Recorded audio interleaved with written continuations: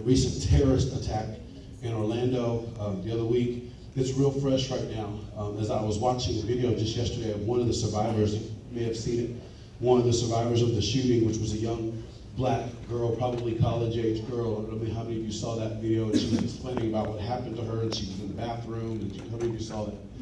And one of the things that she said to me that stood out to me more than anything else is she said she was laying on the bathroom floor, and she said the shooter was in the bathroom with her and some other people in there, and she said that the shooter was having a conversation on the phone, and he hung up the phone, and he asked the question to those who were in the room. He said, "How many black people are in the room?" And she said, "I was scared to answer." And then she said, but there was another black guy next to me laying on the floor, and he said, "There's about 6 or 7 of us." And she's kind of going like, "Why would you say that?" Right. She didn't say that, but obviously that's what she was thinking. But and he said, "There's about 6 or 7 of us in here." And the shooter said out loud to however many people were in the bathroom, he said, "I'm not going to shoot you. You've been through enough oppression." Now, that almost sounds heroic at first listen. It sounds like, oh, well, praise God, thank God he wasn't, but actually that's a terrifying statement. And the reason it's terrifying to me is because of the statistics that are very real in our country right now. In 2006, which is when my journey began, I was at home and I was watching on television, on God TV, a conference that IHOP Kansas City has every year called the One Thing Conference. If you've ever been, if you've ever seen it or whatever, it's a pretty, it's an introvert's nightmare. I am an introvert, and it's an introvert's nightmare. It's 20,000 people from around the world that gather in one room to worship and hear the word, which is awesome. I do it from the house. Amen. Except for this picture right here, which was at the One Thing Conference. And I go do my set, go to the house. So 20,000 people in the room. I'm watching, this is way before I ever went to One Thing, or went to Kansas City to join IHOP. I'm watching this conference on television, disconnected from the reality of ever being connected to it at all. I was a real estate broker at that time, so I'm watching it. And that particular year, there was a worship leader, a black worship leader by the name of Eddie James. You may be familiar with him. Yeah. He was on staff at IHOP KC. And he got up and he shared his personal story and his testimony. And I don't know how many of you were there or saw it. That was in 2007. I said 6, it was 2007. And he began sharing some of his personal journey and some of the abuse that he suffered as a child, sexual abuse that he suffered, and how it led him into a life of addiction and all kinds of stuff. Anyway, the point is, he was saying publicly my story. I had never heard another black man stand on a microphone and be that vulnerable before and talk about some of the things he had gone through as a child and how it led him to sexual confusion. And that was literally my story. So I won't get into that because that's not even the point of what tonight is about. But you can find that online if you like. You can read or watch video more of my story. It's all over everywhere. So just Google my name. But he was saying my story, and it impacted me. It struck my heart, and he had my attention. And then, as if that weren't enough, immediately Alan Hood, who was one of the senior leaders at the International House of Prayer, he's just a tall, skinny white man who loved Jesus. He got up and he said he had a dream that night before. The Lord had given him a dream, and it was a dream specifically about radical Islam and the prayer movement in the black community, and how the black community, what role the black community played in taking down or defeating radical Islam. And one of the statistics that he gave after the dream, after he shared his dream, which I'm not going to share, it's on YouTube as well, but he gave this statistic in 2006. I don't even know what the numbers look like now, but in 2006, these were very real statistics. He said that 80% of students, of university students who were raised in Christian homes, no matter what, all races, 80% of university students who are raised in Christian homes convert to Islam during their college years. 80%. Now that's a very large statistic, but it gets worse. Of that 80%, 85% of them are black. Converting to Islam in their college years, having been raised in church. with that perspective, that statement that the girl made on the video is terrifying to me. Because what it says to young black believers who hear that statement is, oh, well, he didn't want to kill us, that must mean they're for us. Right. And if they're for us, then I'm going to go join them. Because they're being deceived and drawn away from truth. So let me back up. Let me back up again, 2006. So I'm watching this video. I'm watching this One Thing conference on television. It's very real. It's in real time. It's live, and I'm watching it. And so Eddie shares, Alan Hood shares, Stuart Greaves, another leader in the House of Prayer, who happens to now be my brother-in-law, shares, and then Will Ford shares, and then Mike Bickle, who's the director of the House of Prayer, shares. And by the end of it, this is like an hour and a half long, Alan and Stuart and Mike, who are the leaders, they begin to prophesy, and they begin saying, we believe that the Lord, in this hour of history, this is in 2006, 10 years ago, that's crazy, 10 years ago.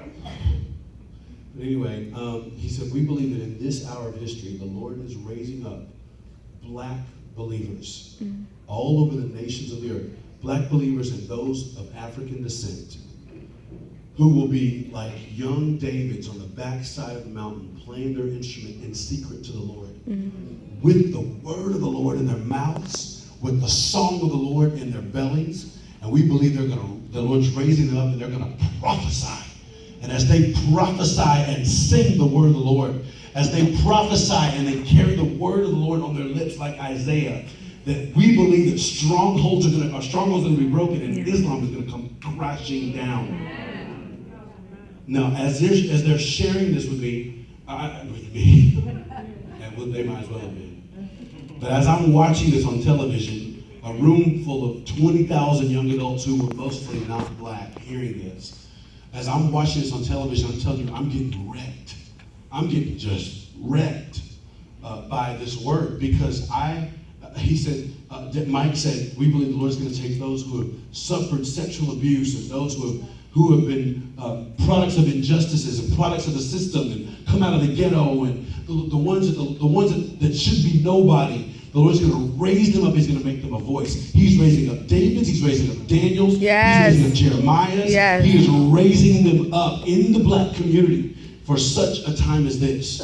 Now, I didn't know anything about IHOPKC at that moment. I'm just watching this thing on television, and all I knew was that I connected to that word. I said, I know that I'm a David. I know the Lord created me to sing. I've been able to sing all my life. I've been singing since I was 3. I can sing. I've always known I can sing. Everybody in my family sings. But I've always known that my singing was greater than me. That it was for more than my missionary Baptist church that I grew up in. And I knew that, I just knew that I was made for more. I knew that there was something, but I'm from a little town in a little teeny town in North Carolina that nobody's ever heard of before, and my name is not significant, and I'll never really be anybody, and I don't really have a tremendous amount of formal education. The little bit of education I do won't get me anywhere. So, well, Lord, I know you created me for something, and you created me for such a time as this. God, what is it for? I'm telling you, I got rocked. I was crying, and I was shaking, and I was in genuine encounter with the Lord. I didn't grow up that way. I didn't grow up crying and shaking and manifesting. I didn't grow up with all that charismania stuff. I grew up in a missionary Baptist church. Okay, do you understand? Do y'all even have missionary Baptists out here? Quartet singing. The mighty clouds of joy. I didn't know about all that manifesting and crying. This was a genuine encounter with the Lord, where he was impregnating me with destiny and purpose in this moment as I'm watching this. And so I have a younger brother. Some of you may know him, and his name is Jonathan, but he goes by JT. And some of you don't know he's my brother. You've seen him before probably. He's a very public figure. Speaks at a lot of events. And anyway, he was at that particular one thing, and I was at home watching it. He called me on television. He called me in that moment, and he said to me, "Are you watching this on TV?" And I said, "Yeah." I'm not crying. And he said, "Did you hear what they just said?" I said, "Yeah, I heard what they just said." He goes, "They're prophesying to you. That word was the word of the Lord for you." Now, he's 5 years younger than me, but he was calling me. He said, "That word was for you. It is time for you to shake because I was in a mess. I'm telling you, in 2006, my life couldn't have been worse than it was. I had lost my job because of sexual immorality. I was married and my wife had left me. We were in the midst of a divorce. It just didn't get any worse. I was forced to move, 30 years old, forced to move back in with my father. And my mom had just passed away. I mean, my life was in shambles. It didn't get any worse in that moment. And I'm okay being that vulnerable and sharing that with you. Because that's what we needed. We need vulnerability up here. Yes. It is time in the body of Christ to be vulnerable. Quit trying to be cute like we got it all together. Wearing our very best shiny suits on Sunday and living like hell on Monday. Those days are done. Okay, I ain't supposed to be preaching. I'm sorry. I'm sorry, I get cute again. So, whew, okay. Sometimes that preach just falls on me. Okay, so I'm watching this on TV. He goes, that's the word of the Lord for you. That is time for you to shake yourself from the dust. These are his words to me. It's time for you to shake yourself from the dust to begin to sing. He says, sing, Zion, sing. And I'm just like, I was a mess. I was a straight Holy Ghost mess in my living room watching this on television. And he says to me, my brother says to me, he says, are you, this is December, I need you to follow the timeline. This is December of 2006? Thank you, 7. I keep saying 6, it's 7. It's 7. December 2007. This is really important timeline, so you have to keep this in mind. December 2007, he says, I don't know how, but you've got to get out here. You have to meet Eddie James. You have to meet Mike Bickle. You have to meet Stuart Briggs. They have to hear your story. It just has to happen. And I'm like, yeah. And he's like, I don't know how, but I'm going to get you a meeting with those guys. And I said, yeah, you and 15,000 other people at that conference want to meet with them. Like, everybody wants to meet with them. There's no way you're going to get me. They don't even know I'm breathing, much less you're going to get me a meeting. So 2 weeks later, I am in my new job, which was when I've gone into real estate.